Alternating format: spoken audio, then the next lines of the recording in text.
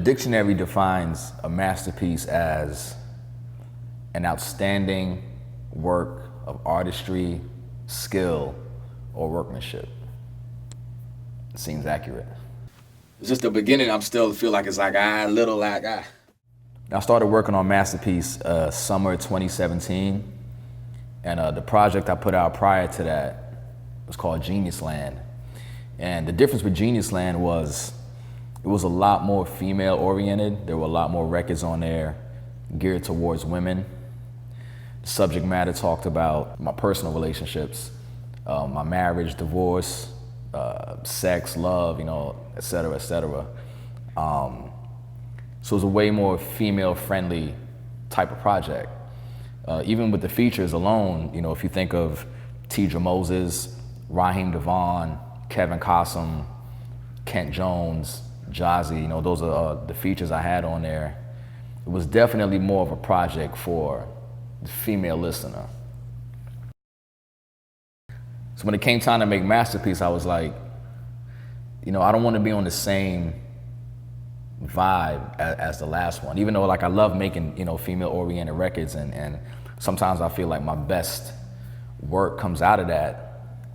I really just wanted to be, you know, on my rap shit this time around. Like I really just wanted to do a project about bars.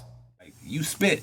Right. It's what you do well. Right. It's not to say that you can't add some melody here and there, but like your strong suit is rapping. Mind like a pharaoh, mighty like a sparrow, garnering attention without mentioning the parable light. Once I found the right producers, the right type of sound. So what we got happening right now, we got one track loaded up for me and my man Rob Zoe. You hear that? Then I got the Rock Monster making something for me. Nixon on the track making something for me. DJ Illusion making something for me. You know, finishing that EP today, Masterpiece. It became a very hardcore rap album, which is exactly, you know, what I was going for. So the subject matter on Masterpiece as compared to Genius Land is completely different. You know, topics get deeper, the content, the beats are harder, and it's way more introspective than the Genius Land project. But none of them fucking with my shine. That's why you love it though. I come through with the bucket load. If niggas hate, then let them hate. My attitude is fuck it though. Somebody asked me a while ago, how would I describe my style, my rap style? You know, because so many people know me only as a DJ, they don't understand that I was an artist first. So they think like I'm just out here trying to figure it out on how to be a rapper. And when I thought about it, you know, I never really liked that question about, you know, how would I describe myself? Who do I compare myself to? You know, whatever.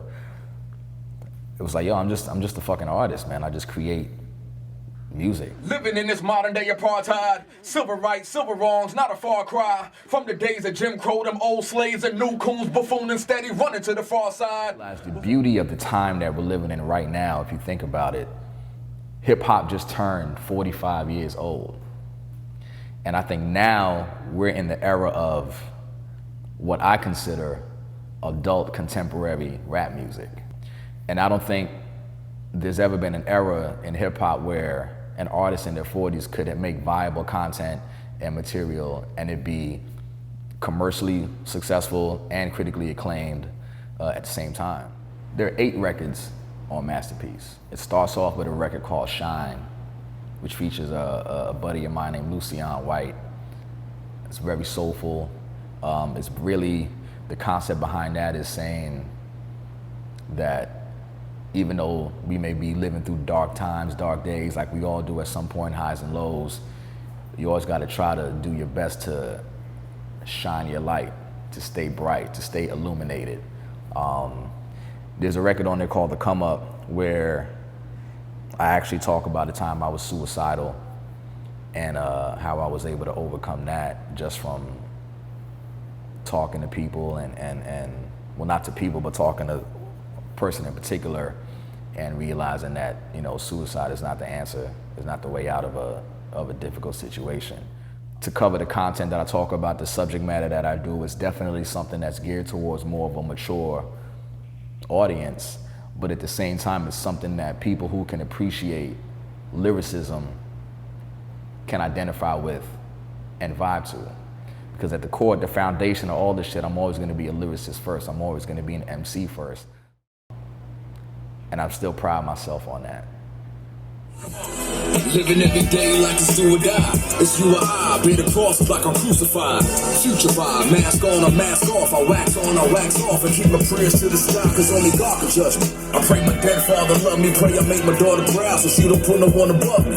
Praying that you haters get some healing for your soul. Like a nigga said to me, the game is to be told.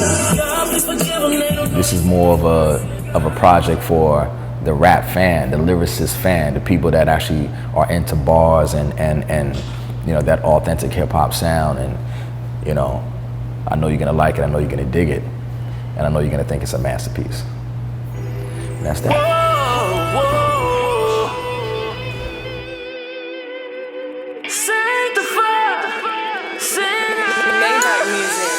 My escapades are paid as if I'm Bugsy Siegel. Ride dirty under 30, 87 Regal. My consumers are the guys in the High Valley. Picture perfect, place Picasso in that dark alley.